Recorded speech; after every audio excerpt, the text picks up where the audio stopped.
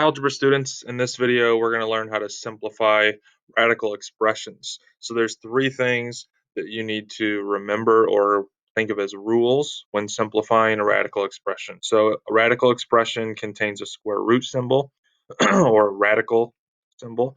It's in simplest form when these three conditions are met. There's no perfect square factors in the radicand, so that means under the square root symbol. There are no fractions in the radicand, and there are no radicals in the denominator of a fraction. So no perfect square factors under the square root, no fractions under the square root, and no radicals in the denominator of a fraction. For this first part, we're going to use this property called the product property of radicals. It says that the square root of a product, or just any number, equals the product of the square root factors. So if we have something under here like AB, it means we can break it up into a multiplication problem of the square root factor. So if we have square root of 50 or radical 50, we can break that up into radical 25 times radical 2.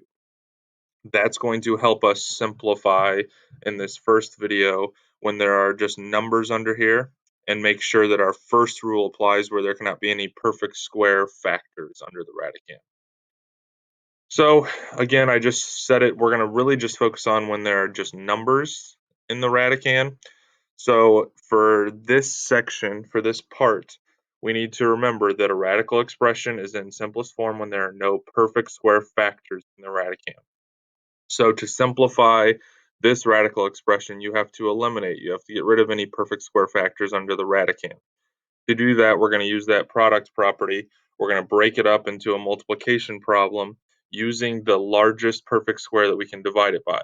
So my thought process here is, what's the largest perfect square that I can divide 32 by? Well, I can divide it by 4, but 4 is not the biggest perfect square I can divide it by. The biggest perfect square that I can divide it by is actually 16.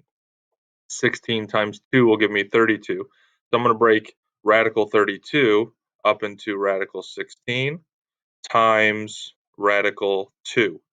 That's the product property.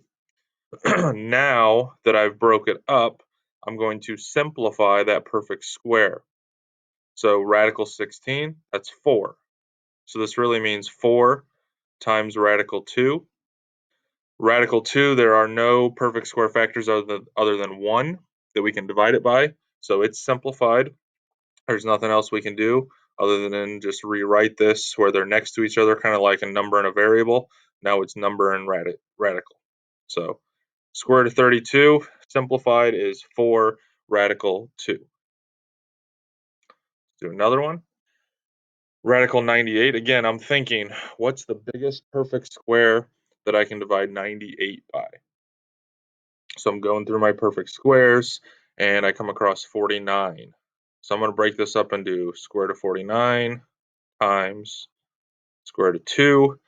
Simplify the perfect square. Square root of 49 is 7. Again, radical 2 I can't do anything with. So final answer, 7 radical 2. One more, 125. Thought process is, what can I divide this by? What perfect square can I divide it by? As I go through my perfect squares, 1, 4, 9, 16, 25, I know I can divide it by 25. So I'm going to break this up into radical 25 times radical 5. Radical 25 simplifies to 5, so 5 times radical 5. Radical 5 is simplified. It doesn't have any other perfect square factors other than 1. So my final answer would be 5 radical 5.